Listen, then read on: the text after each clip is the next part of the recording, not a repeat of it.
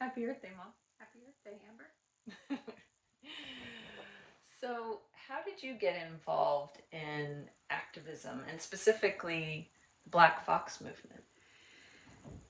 Wow, that was a time when it was about 1980, and I had met some people who knew Carrie Dickerson and introduced me to her. She was working in a little office off of 15th in Denver. Mm-hmm. And Carrie was so magical and so wonderful. She was like everybody's little grandmother. And she invited us in and invited us to sit down and listen to the story about how she became involved. And it pulled us in to the story. And what is that? Like, why were you guys even listening to this story? What was the story? Why get involved? What were you involved in? At that time, PSO, which is Public Service Company of Oklahoma, had decided to build a nuclear power plant. And her concern was the issue of a meltdown. And at that point, 3 Mile Island hadn't happened quite yet. But it was just on the horizon, and there was a concern that we would not have enough water to cool the core if there was a meltdown. And so it was situated in an inland part of Oklahoma that was so close to Tulsa, so close to a populated area, and there was already a nuclear power plant in Russellville, which had caused her great concern. Mm-hmm. And she was just this normal, everyday grandmother person who had a nursing home, but she was so affected by the the proximity to Tulsa and the population and her grandchildren, and she just wanted safety for everyone. And did you all know at the time? Did you feel at the time? Did she feel at the time that it was, an environmental issue, for the land and the animals? And was it also a social justice issue? Absolutely a social justice issue. It was just such a big concern to her, mm-hmm. that we were not being educated, that we didn't have the information, that we were being kept in the dark, mm-hmm. and that they were being less than truthful. And do you feel like you accomplished something, that you protected your home state or the land, the people? I do. I remember it as being a really exciting time, and we were all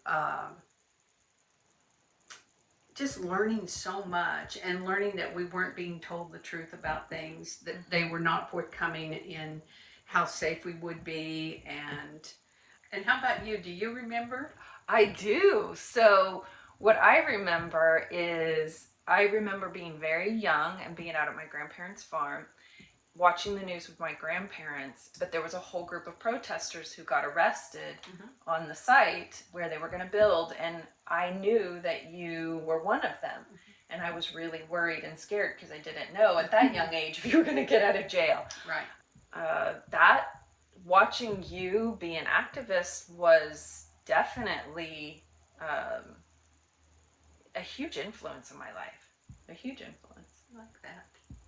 Well, I have only been arrested twice. Once was at Black Fox, and it was so civil. It really was a civil action. It was just so staged so well and planned so well. And I don't know how protests today are planned, but we received a lot of training, a lot of education, and a coordination with Rogers County and the Sheriff's Department, and it was very civil. And then, of course, I got arrested with you. Yes. This last year, or the year before. In 2020, in January. 2020, in January, we were arrested in Washington, D.C. Mm-hmm. How many times have you been arrested? I've been arrested twice for civil disobedience. But what I was going to say is, what a gift and a privilege it is to be arrested the way we were arrested.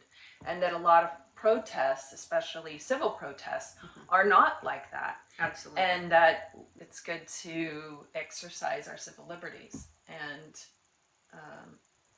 as I said, I think it's such a gift in this country that we're able to do that. And we've gotten to do it peacefully. We've gotten to do it through privilege. Mm-hmm.